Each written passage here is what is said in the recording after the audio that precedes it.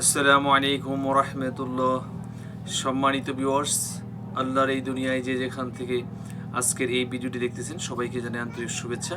আজকের এই ভিডিওতে সবাইকে স্বাগত। তো আজকের ভিডিও হচ্ছে যে গণভোট কি এবং কেন এই বিষয় নিয়ে বিস্তারিত আলোচনা করব। ওকে, তো গণভোট কি? গণভোট হচ্ছে এমন একটি প্রক্রিয়া যেখানে দেশের সাধারণ জনগণ সরাসরি কোনো গুরুত্বপূর্ণ সিদ্ধান্তে ভোট দেয়। অর্থাৎ সংসদ বা সরকার নয়, চূড়ান্ত সিদ্ধান্ত নেয় জনগণ নিজেই। সহজভাবে বললে, এই বিষয়ে আপনি কী চান?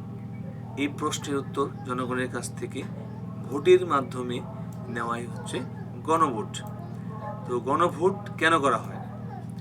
গণভোট করা হয় সাধারণত গুরুত্বপূর্ণ জাতীয় সিদ্ধান্তের ক্ষেত্রে, যেমন সংবিধান পরিবর্তন, তারপরে স্বাধীনতা বা স্বায়ত্তশাসন, নতুন আইন অনুমোদন বা বাতিল, কোনো দেশের সঙ্গে যুক্ত হওয়া বা আলাদা হওয়া, বড় রাজনৈতিক বা রাষ্ট্রীয় সিদ্ধান্ত।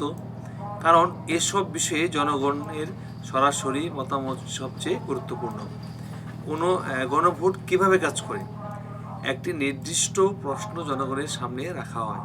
জনগণ হ্যাঁ বা না ভোট দেয়। যে পক্ষ বেশি ভোট পায় সেটাই চূড়ান্ত সিদ্ধান্ত হিসেবে ধরা হয়। এখানে সংখ্যাগরিষ্ঠ মতই হচ্ছে কি চূড়ান্ত।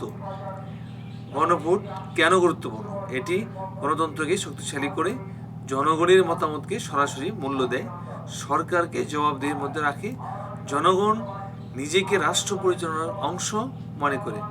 সংক্ষেপে বললে আমরা বুঝতে পারি, গণভোট মানে জনগণের সরাসরি সিদ্ধান্ত। তো আশা করি বুঝতে পেরেছেন। তো আজকে ভিডিও এখানে শেষ করছি। ভালো থাকবেন সবাই। আল্লাহ হাফিজ। আসসালামু আলাইকুম ওয়া রাহমাতুল্লাহি ওয়া বারাকাতুহু।